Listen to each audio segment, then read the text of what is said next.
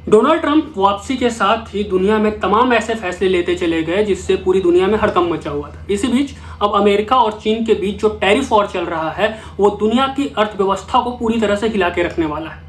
ऐसे में कई देश डायरेक्ट रूप से इससे प्रभावित होने वाले हैं और कई देश ऐसे होंगे जिन पे इनडायरेक्टली इसका असर देखने को मिलेगा। लेकिन सवाल यह है कि इसका असर भारत पे कैसे होगा।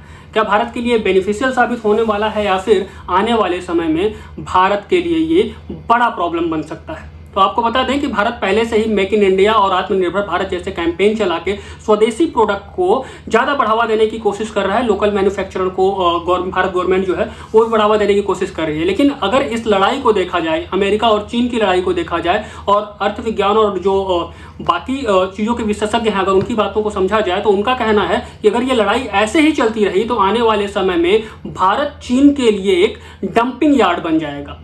इसमें दो तीन शब्द हैं, इसे समझने की जरूरत है। एक तो डंपिंग यार्ड होगा और दूसरा होता है टैरिफ वॉर। तो सबसे पहले समझते हैं टैरिफ वॉर, उसके बाद समझेंगे कि डंपिंग यार्ड भारत कैसे बन सकता है चीन के लिए। तो टैरिफ वॉर को इस तरीके से समझा जाए कि अमेरिका चीन के कुछ सामानों पे अपनी तरफ से ब्याज दर बढ़ा देता है, यानी जो भी एक्साइज ड्यूटी लगती है उसको वो इंक्रीज कर दिया कुछ परसेंट।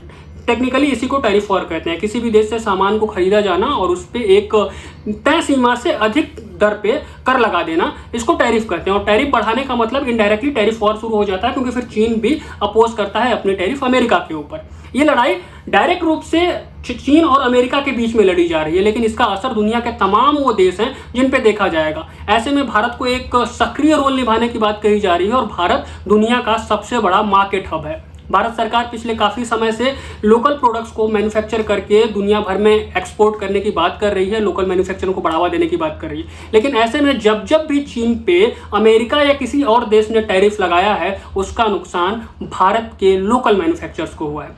अब एग्जाम्पल के लिए 2018 की घटना को समझते हैं। 2018 में अमेरिका ने चीन के इलेक्ट्रॉनिक्स और बाकी सारी प्रोडक्ट्स पे टैरिफ लगा दिया, बढ़ा दिया, और ये टैरिफ बढ़ते ही भारतीय मार्केट में इसका असर दिखने लगा। क्योंकि चीन जब भी अमेरिका में अपने प्रोडक्ट को नहीं सेल कर पाता तो उसके लिए सबसे इजी मार्केट हो जाता है भारत का मार्केट। ऐसे में चाइनीज प्रोडक्ट भारतीय मार्केट में इतने सस्ते दर पे आते हैं कि लोकल मैन्युफैक्चरर उसको अफोर्ड नहीं कर पाते, जिसकी वजह से उसका असर सीधा सीधा लोकल मैन्युफैक्चरर पे देखने को मिलता है। अब अगर हम डेटा की बात करें, डेटा के जरिए इसको समझने की कोशिश करें तो भारत की स्टील इंडस्ट्री पहले से ही 60% घाटे में चल रही थी। 2018 में जब अमेरिका ने चीन पे टैरिफ लगाया था उस दौर की बात है। ऐसे में चीन अपना पूरा सामान भारत में फेंकना शुरू कर देता है और उसके बाद भारत की स्टील इंडस्ट्री पे इसका एक बड़ा असर देखने को मिला। सेम तरीके से बात करें भारत की जो लोकल खिलौने बनाने वाली कंपनियां थी उनके ऊपर भी इसका असर 2018 से लेके अभी तक देखने को मिल रहा है, क्योंकि चाइनीज प्रोडक्ट्स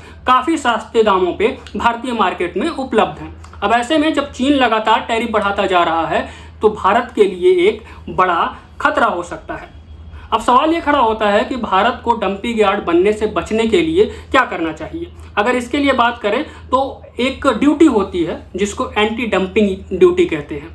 टेक्निकली DGTR एक संस्था है जो ऐसे प्रोडक्ट्स को चेक करती है जो ड्यूटीज नॉर्म्स में नहीं आते हैं, यानी कि जो दर देना चाहिए सरकार को उससे कम दर पे अगर कोई प्रोडक्ट किसी देश में भेजा जाता है तो ये संस्था उसकी जांच करती है और प्रोडक्ट्स को रोक देती है। तो भारत को सबसे पहले इस संस्था को एक्टिव करना होगा ताकि चीन से आने वाले प्रोडक्ट को ज़्यादा सस्ते दरों पर भारत में ना फेंका जाए, क्योंकि जब प्रोडक्शन होगा तो उसके लिए भारत सबसे इजी मार्केट हो जाता है। लेकिन पिछले काफ़ी समय से ये देखा गया है कि कुछ राजनीतिक कारणों से और कुछ अंतर्राष्ट्रीय दबावों के कारण इस संस्था को सिर्फ नाम के लिए ही बना के रखा गया है। इसका कोई इम्पैक्ट किसी भी देश के ऊपर देखने को नहीं मिलता है। ऐसे में भारत सरकार चाहेगी कि इसे एक्टिव कर दिया जाए और चीन से आने वाले प्रोडक्ट्स को रोका जाए जो सस्ते दामों पे भारत में आते हैं, या फिर कह सकते हैं कि जो व्यापार करने के नॉर्म्स होते हैं उस नॉर्म्स को फॉलो करते हुए नहीं आते हैं। दूसरी चीज़ क्या कर सकती है भारतीय संस्थान, भारतीय गवर्नमेंट जो है, जो लोकल लोग हैं उनके अंदर अवेयरनेस फैला सकती है। चाइना बायकॉट के हम नारे बहुत पहले से देते आए हैं, लेकिन फिर भी चाइनीज़ प्रोडक्ट्स मार्केट में दिखते हैं। तो कहीं ना कहीं अर्थशास्त्रियों की माने तो भारत बहुत जल्द चाइना के लिए एक डंपिंग ग्राउंड बनने वाला है और अमेरिका और चाइना की लड़ाई में भारत बहुत बड़ी संकट में आने वाला है। आर्थिक संकट देखा जा सकता है जो लोकल मैन्युफैक्चरर हैं उनके लिए। इस पूरे वीडियो पे आपकी क्या राय है आप कमेंट बॉक्स में कमेंट करके हमें बता सकते हैं। अगर आप कुछ सुझाव देना चाहते हैं तो भी आप हमें दे सकते हैं।